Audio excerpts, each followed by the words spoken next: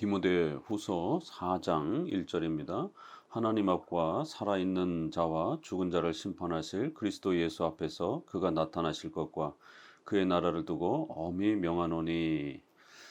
계속해서 목회자의 자질과 목회자의 그러한 자격, 또 목회자의 사역의 본질, 이런 목사의 중요성들을 계속 언급해 가는 거 있습니다. 이렇게 디모데후서는 장로 정치 아래에서 목사의 이러한 그 중요성, 교회의 이러한 또 대표권을 가지고 치리권을 행사하고 권을 행사하는 이런 목사의 이러한 위치와 성격, 또 그러한 그 목회자들이 또 함께 모이는 노회와 총회, 이렇게 또 교회가 항상 목회자 혼자 있어서는 안 되고 또 동료들과 또 여러 목회자들이 함께 이러한 목회자의 자질과 자격성들을 살피고, 또 교회의 치리들을 혼자 행하는 것이 아니라 전체 교회가 상회인 노회 총회의 질서 아래서 함께 그 교회의 치리적 또 이러한 질서와 또 내용들을 살펴가는 방식이 가장 성경적인 것임을 이렇게 디모데후서는 아주 세부적으로 목사의 이러한 그 자격과 또 목사의 하는 사역의 특징들을 아주 자세하게 설명해 가고 있습니다. 이제 마지막으로 디모데후서는 이러한 교회적 질서의 중요성, 그 속에 또 목사가 중심 역할을 하는 이러한 장로교회적 질서의 특성을 계속 이제 마무리하면서, 이제 4장에서는 좀 더 이제 그 목사 중심의 이러한 장로의 질서의 독특성과 중요성을 조금 더 마무리하고, 그리고 이제 마지막 안부 인사를 소개합니다. 하나님 앞과 또 그리스도 예수 앞에서, 그리고 그 그리스도는 산자와 죽은 자 전체를 심판하시는 그러한 최후 심판의 또 이러한 심판자로서 그리스도 앞에서 하나님의 나라를 두고 엄히 명한다. 이러한 그 엄히 명한다라고 하는 이러한 표현들은 굉장히 아주 그 강한 그러한 그 표현입니다. 앞부분에서도 우리가 이러한 그 디모데후서의 그런 또 특징 아래에서 엄히 명하는 이러한 그 표현들이 굉장히 그 강한 그러한 그 표현으로서 이렇게 사도적 권위 아래에서 목사인 디모데에게 이렇게 개인적인 표현으로 이렇게 또 표현되지만, 결국 단순한 그러한 친한 후배가 아니라 사도가 장로회에서 목사로 세운 그러한 목사의 그러한 그 위치를 가진 그러한 디모데를 늘 생각하셔야만이 이 디모데후서가 단순한 개인 편지가 아니라 교회에 공적으로 세워진 목사의 그러한 그 위치와 성격, 또 그 목사가 무엇을 해야 하는지에 대한 아주 중요한 그러한 사도적 그러한 명령, 성경의 그런 명령, 이런 관점에서 우리가 살펴볼 수 있는 것입니다. 이렇게 엄히 명하노니, 그래서 이건 해도 되고 안 해도 되는 이러한 것이 아니라 목회자들이 반드시 이러한 사도가 지금 말하고 있는, 권면하고 있는 목사의 자격, 또 그러한 목사의 치리적 행위, 또 유형교회의 이러한 질서 아래서 성도들은 또 그러한 신적 권위를 존중하면서 목사의 설교와 또 치리를 잘 하나님의 말씀으로서 받아야 된다라고 하는 이러한 교회적 질서들을, 바로 이러한 질서들이 바로 그의 나라, 예수 그리스도가 통치하시는 하나님의 나라, 이 땅에서는 유형 교회가 하나님의 나라인 것입니다. 바로 하나님 앞에서 삼일체 하나님의 그러한 권위 아래에서 유형 교회의 이러한 또 토대 아래에서 엄히 명한다라고, 이렇게 아주 1절은 아주 장엄한 그러한 신적 권위적 개념으로 디모데가 하나님 앞에서 사역해야 될 이러한 목회적 사역이 어떤 의미인지, 그건 삼일체 하나님 앞에서 우리가 그 신적 권한을 물려받은 것이고, 또 유형 교회, 예수 그리스도의 교회를 대표해서 사역하는 그런 아주 중요한 사역이기 때문에 이건 하나님의 뜻으로 알고 그렇게 잘 신중하게 또 그렇게 사역해야 한다. 그 엄히 명하는 그 하나님의 명령과 또 그 뜻은 무엇이냐? 2절, 너는 말씀을 전파하라. 때를 얻든지 못 얻든지 항상 힘쓰라. 범사에 오래 참음과 가르침으로 경책하며 경계하며 권하라. 목회자의 이러한 자격이 앞부분에서 계속해서 언급된 것처럼 목회자의 자격은 신학과 인격이라고 말씀드렸습니다. 그 목회자는 말씀을 전해야 하는 그러한 사명을 감당해야 하는 사람이기 때문에 반드시 성경을 원문으로 잘 읽어낼 수 있는 실력을 갖추고 있는가, 또 그리고 그 성경의 원문을 2000년 동안 해석해온 수많은 해석들이 있기 때문에 잘못된 해석들을 우리가 제거하고 공교회적 그러한 해석, 웨스트민스터 신앙고백과 사도신조와 같은 이런 공적인 그러한 교회가 늘 객관적으로 해석해온 그러한 해석적 틀에서 목회자가 설교하고 해석하는지에 대한 그런 철저한 신학적 훈련, 이런 부분들이 목회자의 자격으로서 하나님의 말씀에 봉사하고 말씀을 전하는 그러한 사역이기 때문에 더더욱 신학에 대한 성경을 읽어내는 그러한 훈련에 대해서 철저히 검증해야 된다라고 앞부분에서 거듭 말씀드렸는데, 이제 4장에서도 다시 한번 소개합니다. 목회자의 가장 중요한 사명은 방언을 체험케 한다든가 은사 체험을 한다든가 무슨 능력 체험을 유도한다든가 또 사회 정의와 인권을 수복하는 리더가 되는 게 아니라 말씀을 전파하는, 하나님의 말씀을 가르치는, 하나님의 말씀의 이 소중한 핵심 교리들을 또 교리 교육을 통해서 잘 가르칠 수 있는 그런 능력을 갖추는 것, 그러한 사명을 감당하는 것이 목회자의 가장 중요한 본질적인 일임을 또다시 당부합니다. 말씀을 전파하라. 때를 얻든지 못 얻든지 항상 힘써야 된다는 것이에요. 이 말씀을 전파하라라고 하는 이런 부분들은 좀 더 설교에 해당이 되고, 뒤에 오래 참음과 가르침으로 이건 좀 더 교리 교육에 이렇게 또 표현되어질 수 있습니다. 두 말씀이 다 함께 포함되기도 하지만 신약에서는 주로 이렇게 설교의 이러한 형태와 또 가르침, 교육, 이러한 교리를 교육하는 이런 부분들을 조금 더 구별해서 이렇게 목사의 이러한 사역으로서의 모습을 소개하기도 합니다. 힘쓰라, 이 영어의 팔로우보다도 훨씬 더 강한, 아주 강력하게 쫓아가야 된다라고 하는 또 그러한 표현의 단어들입니다. 때를 얻든지 못 얻든지, 어떤 목사가 이렇게 눈치를 보고 때를 기다리고 이걸 말해야 될 때와 말하지 않을 때를 이렇게 쫙 그렇게 눈치를 볼까요? 이 인기를 얻으려고 하는 목회자들은 성도들의 눈치를 살피고 때를 살피고 이렇게 말해야 되는데 말 안 하고 이러한 눈치를 자꾸만 살피는 이런 인기주의의, 인기 영합주의의 이런 목회자들은 기회를 자꾸 엿보는, 백성들의, 사람들의, 성도들의 눈치를 자꾸 보는 이런 식이 되어서는 안 되고, 때를 얻든지 못 얻든지 어떤 경우에라도 복음을 올바르게 설교할 수 있는, 죄는 바르게 지적할 수 있는, 복음을 복음대로 바르게 설교할 수 있는, 어떠한 그러한 성도들의 어떤 신분이라든가 또 이런 위치와 상관없이 죄를 책망할 때는 공정하게 그렇게 훈계할 수 있는 기회를 이렇게 지나치게 이렇게 따지는, 때를 너무 지나치게 따지는, 또 어떤 이러한 눈치를 지나치게 보는 이러한 인기 영합주의 목사가 되어서는 안 되고, 하나님의 말씀을 온전히 있는 그대로 전할 수 있는 그런 목회자가 되도록 힘쓰라는 겁니다. 범사의 가르침으로 또 오래 참음으로 이렇게 가르치는 데 실력이 있어야 되고, 또 가르치는 데 있어서 금방 열매가 안 나타난다라고 너무 이렇게 서두르거나 또 이렇게 폭력적으로다든가 또 시기 질투 이런 것에 빠지면 안 되고, 오래 참고 견디고 인내하는 그런 인격적인 또 훈련이 돼야 된다라고 말씀을 하고 있습니다. 이렇게 신학에 대한 훈련, 그다음에 인격에 대한 훈련을 가지고 목회 사역을 하면서 성도들에게 성경을 가르치고 교리를 교육하고, 또 그다음에 치리에 또 이러한 행위, 경책, 경계, 권하라 이러면서 경책은 조금 더 이렇게 좀 약한 의미로서의 훈계가 될 수 있다라면, 경계는 징계에 해당이 될 정도로 아주 좀 더 강한 그러한 교회적 치리의, 그러한 법적 치리의 행위에 해당이 될 수 있습니다. 그러한 과정들을 통해서 또 이렇게 권하라, 이런 표현들은 우리가 앞부분에서 교훈과 책망과 바르게 함과 의로 교육하기에 이러한 모든 사역들을 목회자의 그러한 아주 중요한 치리적 행위와 설교적 행위에 목회자 사역으로서 그런 자격을 갖춰야 된다라고 말한 것처럼, 이제 4장에 와서는 그런 사역들을, 설교적 기능과 치리적 기능들을 목회자는 잘 감당해야 된다라고 말합니다. 때가 이르르니 사람이 바른 교훈을 받지 아니하며 귀가 가려워서 자기의 사욕을 따를 스승을 많이 두고 또 그 귀를 진리에서 돌이켜 허탄한 이야기를 따르리라.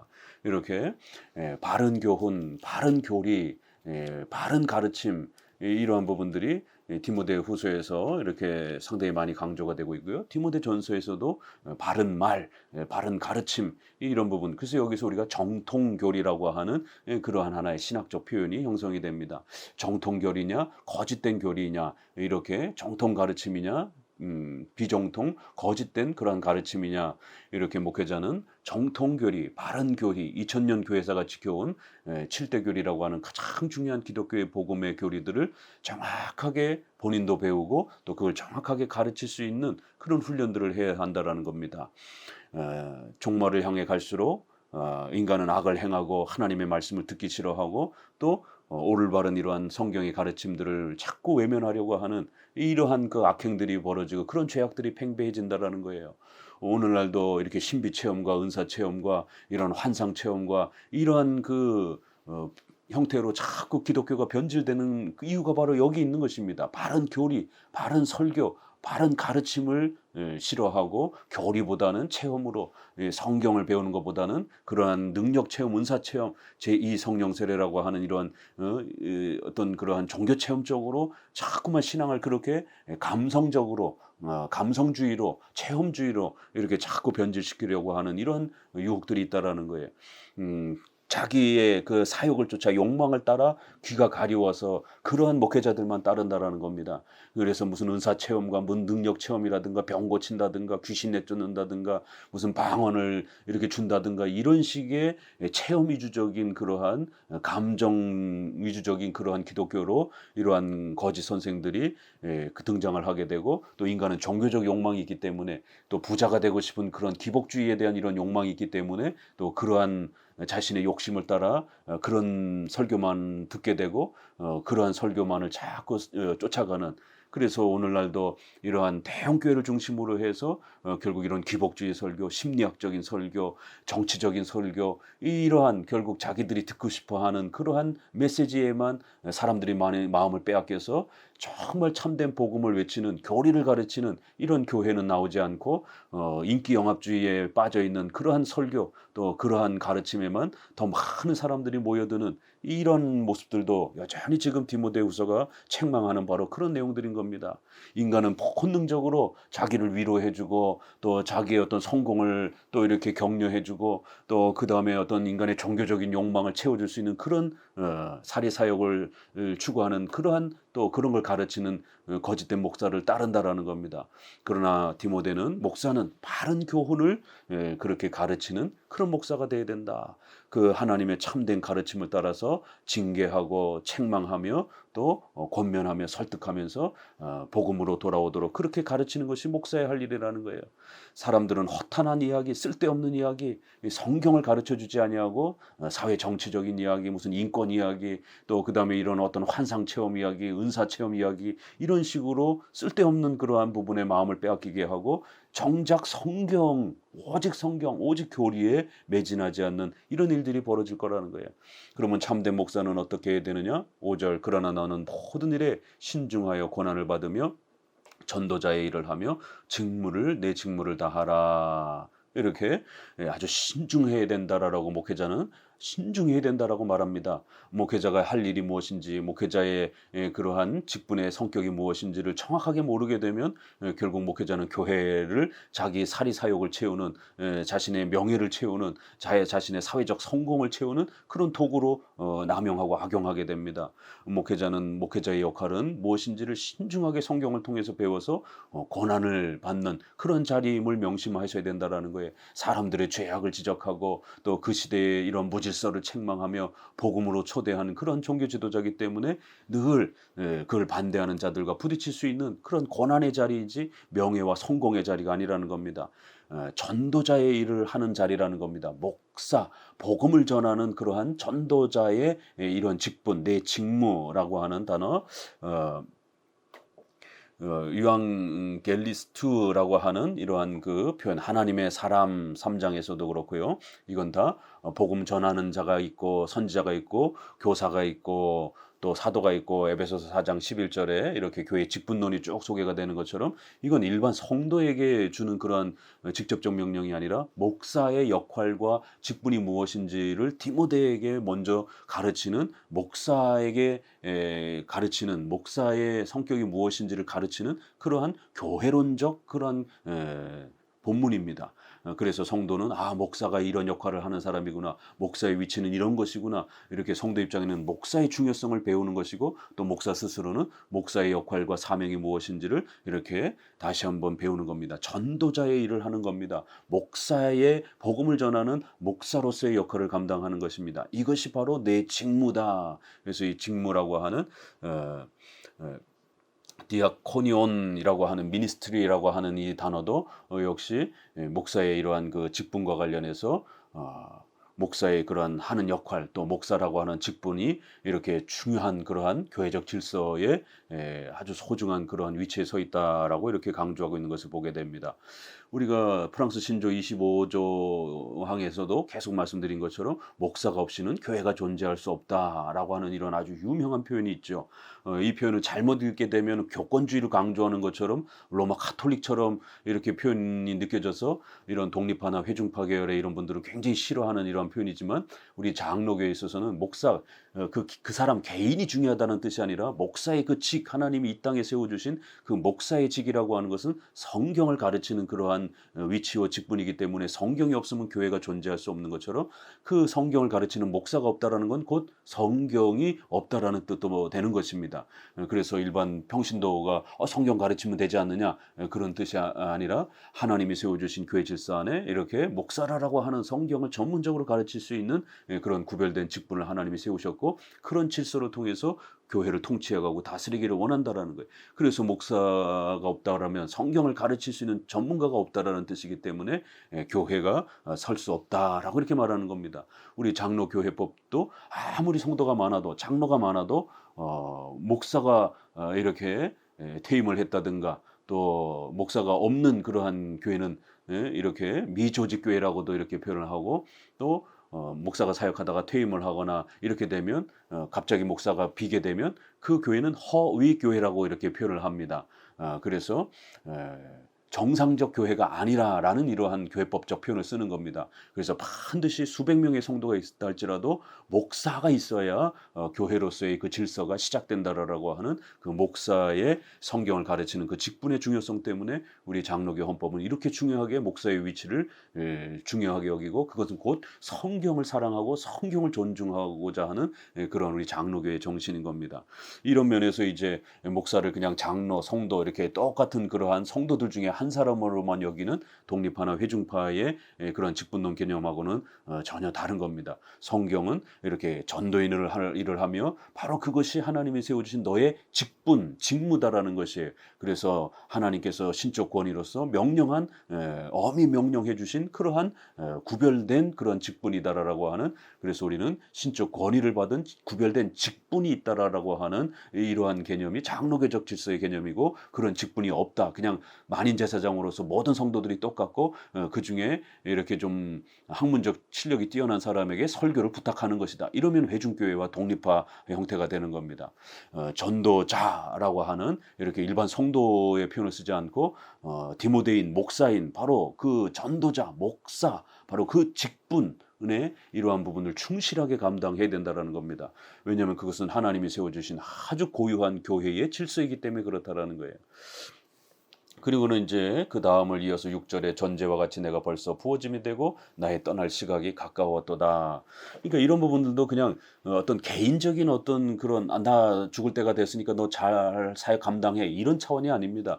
사도가 죽는 것이에요. 사도가 이제 모두 사라지고 난 다음에 그 다음에는 사도가 종결되고 난 다음에는 어떻게 할 것이냐 이런 아주 중요한 신약 성경이 종결되고 그 신약 성경을 기록했던 사도들이 종결된 이후에 이제 임시직으로 존재했던 사도들, 선지자 이러한 그 임시직이 이제 중단되고 항존직으로서 영속직으로서 이제 목사와 장로, 집사 이렇게 세워지는 성경을 쓸 수 없는 성경을 가르치는 그런 직분으로서 이제 목사가 그 모든 사역을 감당해야 된다.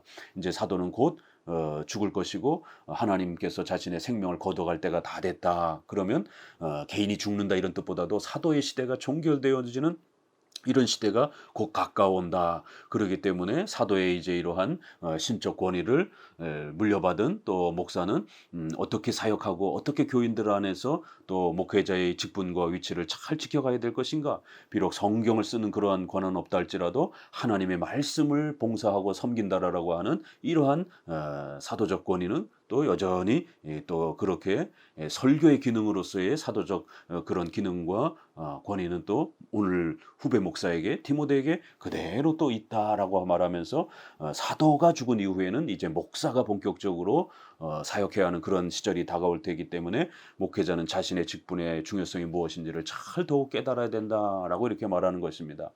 7절 나는 선한 싸움을 싸우고 나의 달려갈 길을 마치고 믿음을 가졌으니 이제 후로는 나를 위하여 의의 면류관이 예비되었으므로 주 곧 의로우신 재판장이 그날에 내게 주실 것이며 내게만 아니라 주의 나타나심을 사모하는 모든 자에게도다. 이렇게 비록 그러나 사도는 비록 죽을지라도 사도들도 역시 하나님 앞에서 믿음을 그렇게 가졌고 그 믿음으로 하나님 앞에 구원을 받았고 그러므로 인하여 의의 영원한 생명인 이러한 영생이라고 하는 이 거룩한 구원의 복을 받았다라는 것이 이러한 복들은 이제 사도들 이후에도 존재하는 목사와 성도들도 그렇게 열심히 충성하게 되면 그러한 복들을 누리게 될 것이라는 것입니다. 사도에게만 아니라 주의 나타나심을 사모하는 모든 그러한 목사들과 성도들에게도 이러한 동일한 이런 은혜가 주어질 것이다라는 거예요. 다만 사도가 이제 가졌던 그러한 권위, 성경을 쓰고 직접 계시를 받는 이러한 모든 사도적 그러한 행위와 인물들은 이제 중단될 것이다라는 겁니다. 그러나 사도들이 받았던 그 은혜의 방식들, 믿음으로 구원받고 또 의의 영생을 누리며 또 그렇게 하나님 앞에서 하나님의 자녀로서 주님의 그리스도의 몸된 신부로 참여하는 이런 영광스러운 복들은 디모데에게도 열려 있고 그 모든 자들에게도 동일하게 그 성도들에게도 열려 있으니까 최선을 다해서 하나님의 교회를 섬겨가라라고 이렇게 더욱 당부해 줍니다. 그리고는 이제 이러한 소중한 하나님의 나라, 그리스도의 나라로서의 유형교회를 이제 등한시 여기고 무시하는 자들을 한 번 더 책망하면 하는 이러한 표현을 사용합니다. 그래서 교회를 어지럽히는 자들, 또 교회를 충성되게 잘 섬겼던 자들, 이렇게 교회 질서의 이런 유지가 얼마나 소중한지를 바울의 그런 개인적 친분을 이렇게 예를 들어서 소개를 합니다. 너는 어서 속히 내게로 오라. 데마는 이 세상을 사랑하여 나를 버리고 데살로니가로 갔고, 이러면서 충성되게 교회를 섬기지 않았던 데마를 이렇게 예를 들어서 하나님의 교회를 바르게 지키지 못한 또 이러한 모습을 또 이렇게 또 책망하기도 합니다. 요한 3서에서는 또 이렇게 데메드리오라라고 하는 또 이러한 자들이 있었고, 또 우리가 앞부분에서는 이렇게 후메네오와 빌레도 이렇게 교회 안에서 교회를 무질서하게 하고 목회자를 공격하고 이러한 교회를 어지럽혔던 이런 악한 지도자들은, 또 이러한 악한 자들은 반드시 교회 치리를 통해서 걸러내야 되고, 교회 안에 함부로 그러한 사람들이 영향을 끼치지 못하도록 교회 치리에 대한 이러한 강조를 하고 있는 겁니다. 목회자는 권면도 하고 위로도 하지만 징계와 책망을 통해서 치리권을 행사를 해서 악한 자들을 걸러내고 성도들을 보호하는 이런 일들을 해야 한다라는 것입니다. 그래서 데마, 이렇게 골로새서 4장에 보게 되면 바울의 이러한 그 동역자처럼 이렇게 소개가 되지만, 결국 디모데후서 마지막 서신에서 보게 되면 데마는 결국 중간에 배교한 것을 알 수가 있습니다. 이렇게 교회 사역에서는 또 가까이 지내다가 또 교회를 또 공격하는 또 이런 수많은 또 이러한 다양한 또 경우가 발생이 될 수 있기 때문에 교회의 정치와 치리의 이러한 질서들을 잘 확립해야 된다라는 거예요. 그레스게는 갈라디아로 갔고 달마디아로, 디도는 또 달마디아도로 갔고 누가만 나와 함께 있다. 그래서 뒷부분에 이제 그레스게와 디도, 누가는 또 이제 이렇게 동역자로서, 앞부분은 잘못된 그러한 또 동역자, 뒷부분에는 또 교회를 질서를 지켜가는 복음의 사역을 나눠서 섬겨가는 그런 또 좋은 동역자들을 대조해가면서 교회 정치 질서의 이러한 그 구별과 중요성을 강조를 합니다. 그리고 내가 올 때 마가를 데리고 오라. 그가 나의 일에 유익하니라. 이 마가는 우리가 사도행전 그 말씀을 보게 되면 사도행전 부분에서 결국 1차 전도여행 끝나고 이제 결국 2차 전도여행 참여할 때 1차 전도여행 때 마가가 중간에 힘들어서 돌아간 것처럼 평가되고 2차 전도여행 갈 때 결국에는 바나바가 마가를 다시 데려가려고 할 때 바울은 안 된다라고 해서 바울과 실라가 떠나고 바나바와 마가가 구별해서 떠나는 또 이러한 갈등을 보게 됩니다. 그래서 교회 정치는 이러한 갈등들을 해결하고 또 갈등을 또 회복하면서 교회 질서를 잡아가는 그런 아주 중요한 그러한 목회자의 치리적 그또 사역이라는 겁니다. 바울이 이제 마가를 이제는 데리고 와라 그러면서 마가가 이제는 어느 정도 훈련이 돼서 교회 사역에 더 중요한 역할을 감당할 수 있기 때문에 또 마가를 또 교회 질서에 있어서 또 중요한 또 사역을 맡기라라고 이렇게 부탁을 하기도 합니다. 12절에 두기고는 에베소로 보내었고 내가 올 때 내가 드로아의 가보의 집에 둔 겉옷을 가지고 오라. 또 책은 특별히 가죽 종이에 쓴 것을 가져오라. 여기 독특한 것은 이제 교회 치리와 질서를 이렇게 어떻게 교회를 이렇게 사역을 분담하고 또 악한 지도자들은 또 어떻게 배격을 해야 되고 이런 교회 질서를 언급하는 그 내용 속에 아주 독특한 좀 표현이 나옵니다. 겨울이 오기 전에 이렇게 그 겉옷을 가지고 와라. 이건 어떤 좀 더 신앙적인 의미가 담겨 있는 것보다는 21절에 너는 겨울 전에 어서 오라 이렇게 하면서 바울이 이제 그 감옥에서 그 겨울을 나야 되는데 추위를 견디기 위해서 그렇게 겉옷을 가져오게 되면 좀 더 바울이 그 추위를 보호할 수 있는 그러한 또 혜택을 누릴 수 있으니까 속히 와서 이제 이런 좀 도움을 다오 이렇게 또 권면을 하기도 합니다. 이제 이런 부분들은 우리가 목회 사역, 치리 사역에 있어서 또 일반 은총, 목회의 이러한 사역이란 신앙과 관련된 교회의 운영에 이런 부분에 있어서 또 목회자를 보호하고 또 목회자의 이러한 건강, 또 목회자의 이러한 또 여러 가지 생활이라든가 이런 부분들을 또 돌볼 수 있는 이런 부분들도 또 충분히 살펴야 되는 겁니다. 그래서 교회의 이러한 치리적 행위에는 재판에 대한 그러한 악을 징계하는 면도 있지만 또 목회자의 사례비라든가 앞서 말씀드린 것처럼 목회자의 복지 문제라든가 또 목회자의 이러한 또 은퇴 이후에 이러한 목회자를 돌봐야 되는 삶을 어떻게 또 신학생들과 또 전도사 강도사님들의 이러한 복지 문제라든가 또 이런 부분들 교육자들의 또 이러한 그 건강과 복지를 위해서 어떻게 또 교회가 신경 써야 되는지 이런 거는 성경에 구체적으로 나와 있지는 않습니다. 기본 원리만 소개되어 있습니다. 그러면 적어도 바울도 겉옷이 필요할 정도로 바울은 엄청난 기적을 행한 분인데도 또 이렇게 일반 은총적인 또 외투를 사용해서 추위를 이겨내려고 하는 그런 도움을 받고 싶어 하는 것을 보게 됩니다. 그래서 이렇게 목회자들이 또 일반 은총적인 의식주의 이러한 복지의 문제들을 또 이렇게 잘 교회 정치를 통해서 목회자를 어떻게 도와줄지에 대해서 또 잘 대비하라 이렇게 읽어낼 수 있는 겁니다. 그리고 또 책은 특별히 가죽 종이에 쓴 것을 가지고 오라. 이것은 통상적으로 구약 성경을 이렇게 표현하는 그런 표현으로 과거에는 종이가 없었기 때문에 짐승의 가죽을 말려서 거기에다가 글을 쓰는 그래서 바울은 계속해서 3장 후반부에도 성경을 중요하게 여겨라. 그리고 또 4장에서도 바울이 그 감옥에서 마지막 이제 생애를 앞두고 오직 하나님의 말씀에 더 집중하는 또 이런 모습을 보게 됩니다. 그래서 그 구약 성경을 가지고 와서 또 내가 그 구약 성경을 또 살피는 데 도움을 받을 수 있도록 그렇게 도와달라라는 거예요. 14절에 구리 세공업자 알렉산더가 내게 해를 많이 입혔으므로 주께서 그 행한 대로 그에게 갚으시리니 15절 너도 그를 주의하라. 그가 우리 말을 심히 대적하였느니라. 또 이렇게 대마뿐만 아니라 또 알렉산더. 이 알렉산더는 디모데전서 1장 20절에 후메네오 알렉산더 동일인인지 또 사도행전에 이렇게 19장을 보게 되면 거기에서 또 알렉산더가 이렇게 바울을 이렇게 폭군들이 이렇게 바울을 해치려고 할 때 변호하고 보호하는 이런 장면이 나옵니다. 그래서 후에 알렉산더가 대마처럼 이렇게 변질했는지 이렇게 뭐 이렇게 같은 인물이다 또 다른 인물이다 여러 해석이 있을 수 있습니다. 이렇게 배교자가 될 수도 있고 또 전혀 다른 인물로서 또 바울을 괴롭혔던 또 그런 다른 사람일 수도 있습니다. 이렇게 교회 사역에 있어서는 목회자를 방해하고 괴롭히는 이러한 자들이 있다라는 거예요. 예, 그러한 자들을 아주 신중하게 목회자는 살펴야 되고, 그러한 자들이 교회를 해롭게 못하도록 반드시 치리의 이런 행위들을 통해서, 재판을 통해서 그러한 자들을 쫓아내고 분리시키고, 이러한 불편하지만 이러한 재판의 치리적 행위들을 반드시 감당해야 된다라는 겁니다.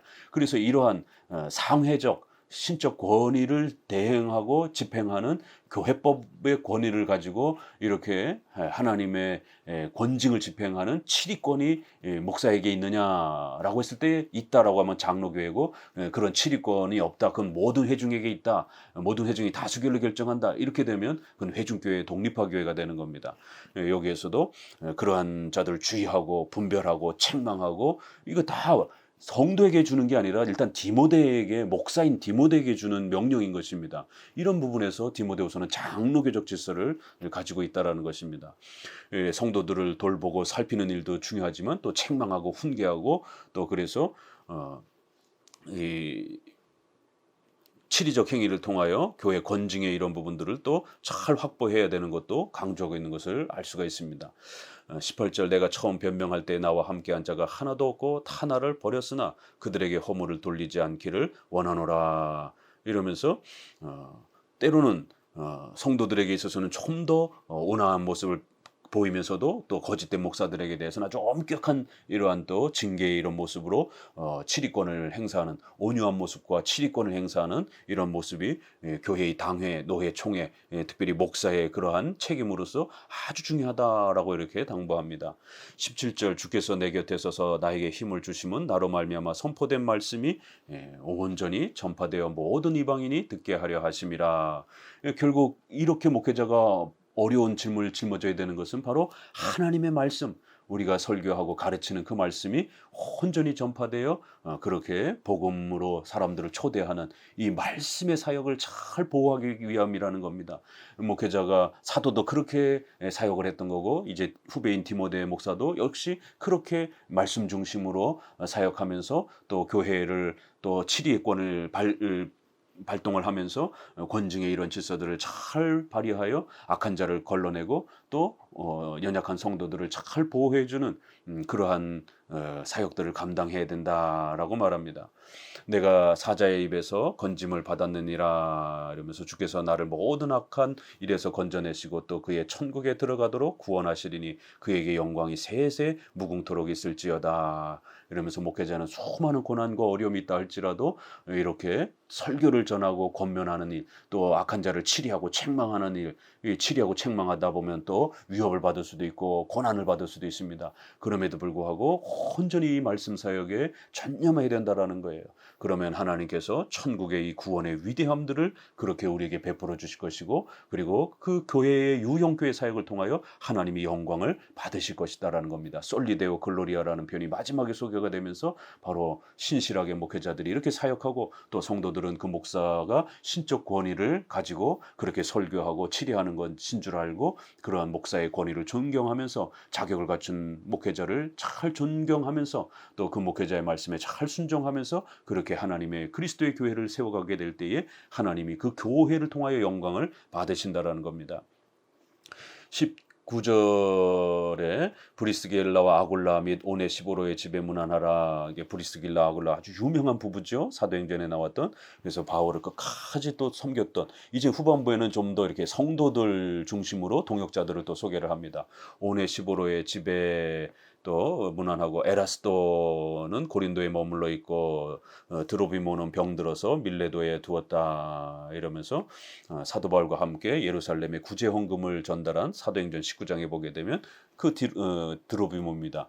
그런데 병이 들어서 또 이렇게 밀레도에 또 이렇게 치료차 둔 이런 모습을 봅니다. 그래서 목회 사역은, 목회자가 뭐 맨날 병을 고치는 이런 사역이 아니라 목회자는 말씀을 가르치는 사역이고, 사도 바울조차도 드로비모가 병 들었을 때 고치지 않고 일반적인 그런 치료의 휴양의 이러한 부분을 통해서 또 몸을 회복할 수 있도록 일반 은총 차원의 치료책을 또 이렇게 사용하는 것을 볼 수가 있습니다. 그래서 병 들어서 사역을 조금 쉬게 했고, 또 너는 겨울 전에 어서 오라, 오볼로와 부대와 또 리노와 글라우디아와 모든 형제가 다 내게 문안하느니라. 나는 주께서 내 심령에 함께 계시기를 바라노니 은혜가 너희와 함께 있을지어다. 그래서 글라우디아 이런 표현을 보게 되면은 요 글라우디아는 우리가 사도행전에서 보게 되면 글라우디오의 그러한 또 지도자가 나옵니다. 그 로마의 그러한 그 가문의 그러한 그 글라우디오 그 황제 또 그러한 누이로 이렇게 많이들 알려져 있습니다. 그래서 이런 부분에 벌써 디모데후서 사역할 그 시점에 벌써 로마의 이런 황실의 신자들이 등장하는 이러한 부분들로 이렇게 벌써 볼 수 있고 그래서 상당히 많은 복음의 역사들이 일어난 것을 또 이렇게 알 수가 있습니다. 마지막 인사에서는 디모데 내 심령에 이렇게 표현하고 또 은혜가 너희와 함께 그래서 성도들 전체에게 이렇게 디모데에게도 권면하고 성도들에게도 권면하는 그런 성격임을 알 수가 있습니다. 그래서 디모데후서는 개인적인 권면으로 접근하면서 그런 표현을 사용했지만 목사로서 디모데에게 주는 권면도 있고 또 그 목사의 위치와 성격이 무엇인지를 또 성도들에게 권면하면서 또 성도들이 함께 이런 유형 교회를 잘 지켜가도록 목사를 중심으로 해서 하나님의 교회가 잘 지켜져 갈 수 있도록 그렇게 당부하는 것을 알 수가 있습니다. 디모데 전 후서를 통해서 우리 장로 교회로서의 그리스도의 교회인이 이 땅의 유형 교회가 얼마나 소중한지를 살펴봤습니다.